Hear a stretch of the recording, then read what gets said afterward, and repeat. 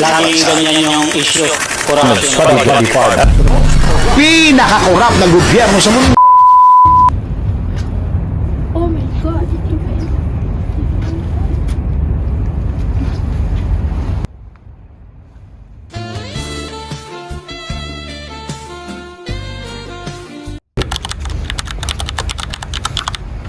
Hai Prof, Saya kenapa? Apa tu? buat apa tu?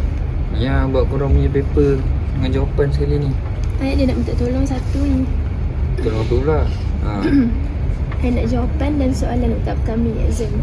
Cuba-cuba Boleh. nak minta jawapan. Tak boleh. Boleh Prof? Ni orang kata integriti.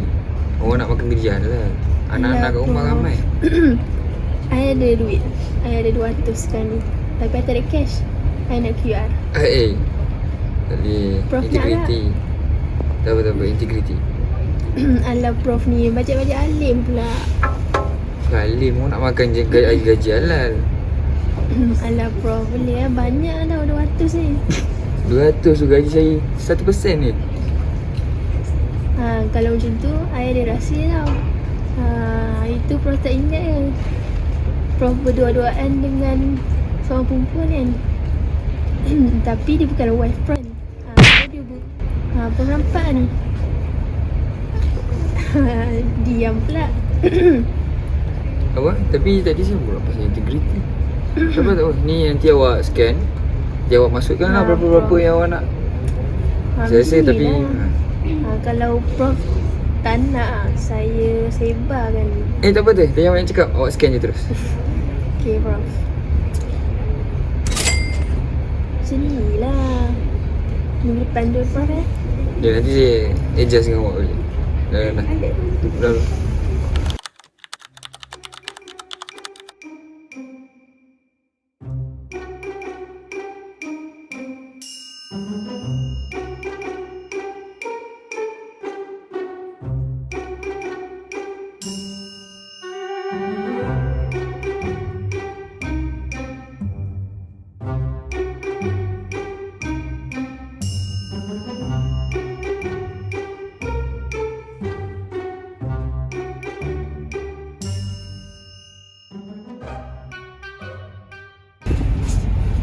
Tadi exam kamu boleh jawab?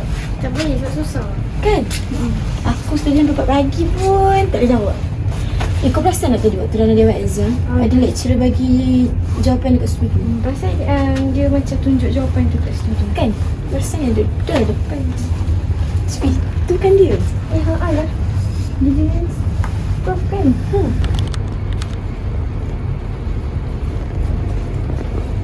Selamat datang ke SPRM. Apa yang boleh saya bantu? Kami ingin laporkan aduan tentang rasuah antara pensyarat ni ke pelajar. Oh, tuduhan ini agak berat. Ada bukti tak? Ada? Baiklah, kami akan jalankan siasatan terhadap kes ini. Terima kasih.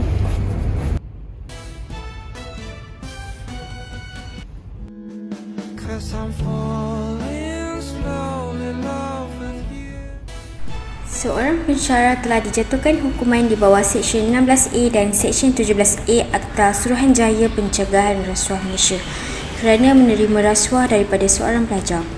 Menurut kenyataan rasmi pihak universiti, pensyarat tersebut telah digantung kerja serta-merta. Tak sia-sia hari tu kita report dekat SPRM. Walaupun result aku macam tak pernah belajar langsung. Tapi Tak apa, rasuah ni bukan saja kita bayar pampasan balik, tapi kita juga kena integriti. Itu yang paling penting sebenarnya. kan at least aku masih ada integriti dalam diri aku.